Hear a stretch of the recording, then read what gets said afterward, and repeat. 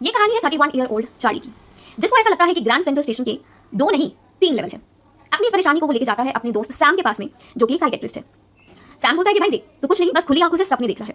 तू अपनी लाइफ में बहुत परेशान है, अपनी मॉडर्न लाइफ की परेशानी से भागना चाहता है, इसलिए तुझे ये सब कुछ लग रहा है। वो ये भी बोलता है कि तू ये जो स्टैम्प कलेक्ट करता है, ये जो स्टैम्प कलेक्शन की हैबिट है, वो भी इसलिए है क्योंकि तू अपनी परेशानी से भागना चाहता है। चार्ली लीडर्स को बताता है कि एक दिन वो ऑफिस में देर रात तक काम कर रहा था, तो उसको बहुत लेट हो गया था और उसको अपने घर जल्दी से जाना था अपनी वाइफ लुइसा के पास में।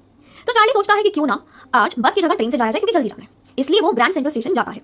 ग्रैंड सेंट्रल स्टेशन जब वो जाता है तो उसके थ्रू वो पहुंच जाता है 3rd लेवल पर। चार्ली देखता है कि 3rd लेवल पर सारी चीजें पुराने जमाने की होती है। उसको कहीं ना कहीं शक हो रहा होता है कि वो टाइम ट्रेवल करके कहीं 1894 में तो नहीं आ गया है। अपनी इस बात को कंफर्म करने के लिए वो न्यूज़पेपर बॉय से न्यूज़पेपर लेता है। उस पे वो डेट देखता है तो देखता है 1894 थी, और ऊपर से 3rd लेवल पर सारी चीजें पुराने जमाने की लग रही थी। लोगों का कपड़ों का पहनना, उनकी मूछें, सब कुछ पुराने जमाने का था। न्यूज़पेपर पर डेट देख के उसको कंफर्म हो जाता है कि वो टाइम ट्रेवल करके 1894 में आ गया है। अब वो सोचता है कि यार 1894 में तो सारी चीजें बहुत ज्यादा पीसफुल थी, तो इसलिए वो टिकट काउंटर पे जाता है और वहां पे वो गेल्सबर्ग की 2 टिकटें मांगता है ताकि वो अपनी वाइफ के साथ जा सके।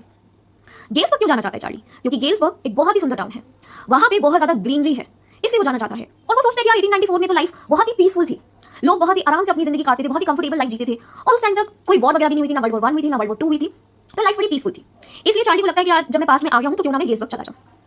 वो टिकट खरीदने के लिए पैसे देता ही है क्लब को, कि क्लब उसको बोलता है कि देखो बेटा शांतबंदी मत करो, ये तुम कौन सी करेंसी दे रहे हो, ये करेंसी तो चलती नहीं। अब प्रॉब्लम ये थी कि चार्ली के पास मॉडर्न करेंसी थी, जबकि टाइम ट्रैवल करके वो आ चुका था 1894 में, 1894 की करेंसी उसके पास नहीं थी।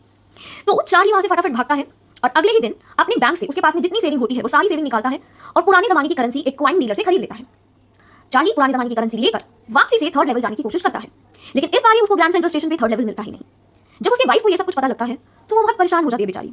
उसको लगता है कि उसका पति मेंटली स्टेबल नहीं है, ऊपर से सारी सेविंग उसने लगा दी है, तो कहीं बहुत ज्यादा लॉस में ना चले जाए। अब चार्ली को भी क्योंकि 3rd लेवल मिलता नहीं है तो वो वापसी से अपनी स्टैम्प कलेक्शन की आदत को शुरू कर देता है।